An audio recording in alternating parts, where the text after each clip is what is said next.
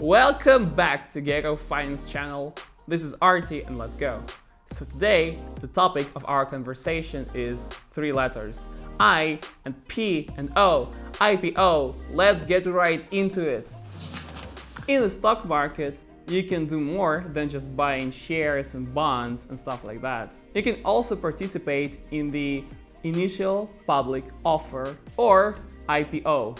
IPO is basically when a company goes public and you can buy its shares. When a company goes public, its shares become available to potential investors. And the company must report to those investors about its ups and downs. All major successful companies, Apple, Facebook, Tesla, you name it, they all went through IPO at one point. Most IPOs are held on American exchanges as those are the biggest financial market in the world. In 2020, there was a real boom in initial placements. During that year, more than 400 companies entered the US exchanges, and in 2019, in comparison, there were only 233 IPOs, so you can see the difference. And now let's have a look at how companies can enter IPO. You can't just decide in one day that today you're entering an IPO. You don't just wake up and say, wow, I'm gonna go public today. No, this process can take more than a year. During that time, you must hire a financial bank that will prepare your shares to enter the market. It will do, financial audit, and also it will do asset assessment. Then it will prepare all the necessary documents that will later let you register for selling your securities to a wide range of investors. The company also needs to develop a document that will have all the detailed information about its finances, about its managers, about its owners, and also about the purpose of the IPO. Then it is all sent to local regulator, the company that controls the financial markets. Then the company must invite independent legal consultants. They will do a review of the company and they will prepare all the necessary documents. And if all of that suits the regulator, the company will get a permission for an initial placement. And the date of the placement is set by the company itself. Now that you've received the permission for IPO, what do you do now?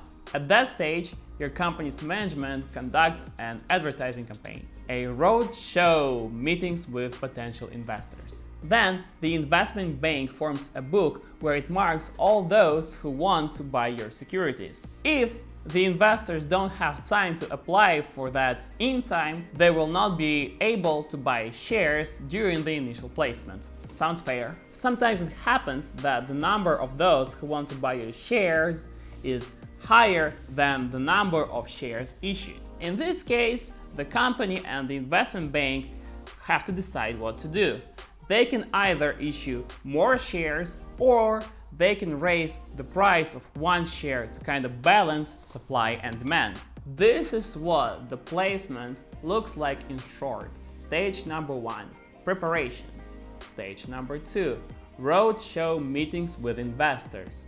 Stage number 3, creating an application book. Stage number 4, determining the value of shares and allocations. And stage number 5, the start of trading on the stock exchange. A private investor can apply for an IPO through their broker. If there is oversubscription, the broker can either reject the application or satisfy it partially. An IPO can have different purposes.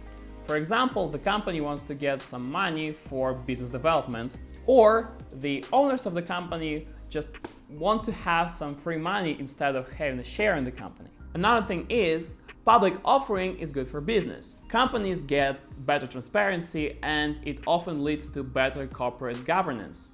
Also, the more transparent companies are, the easier it gets for them to get loans on more favorable terms and establish a long-term partnership. Securities of new companies on the market can bring profit. So, watch out for those upcoming IPOs. Their share prices may grow very rapidly after the first placement. oversubscription is an indicator of the direction of the price. If the number of applicants is several times higher than the number of shares that are issued, it means that their price will rise after the IPO. A large oversubscription means that the potential investors will only be able to buy a small part of the shares, a small part of what they wanted to buy. So they will be eager to buy the rest of the securities after the placement is finished. We advise that investors decide whether to or not to participate in IPOs based on the fundamental analysis of companies and not on just re-signing of the order books. In addition, you got to realize why you want to participate in an IPO. You can either want to make some fast money on the growth of share prices after the IPO, and in this case, all of the mentioned above is suitable for you, or you believe in the company that is going through IPO and you want to establish some good long-term relationship with that company. In this case, you got to think about some other things. Investments in IPOs are attractive because they can give returns of tens or even hundreds of %. One such example is an internet service called Pinterest. Initially, the price per share was $19, but now it has soared 2.5 times. Wow! However, the price for high return is, as you know, high risk. It's not guaranteed that prices will take off after the IPO, because there are a lot of bad examples. One such example is a fitness company called Peloton. When the company went public, its shares fell because the management misassessed their value.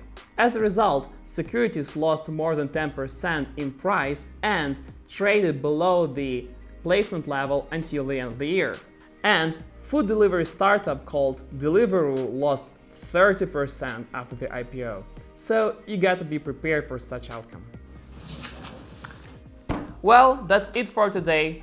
Like, subscribe, leave a comment and ring the bell. Make money, multiply money, and be happy.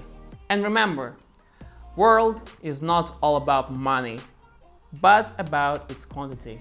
I will see you next time.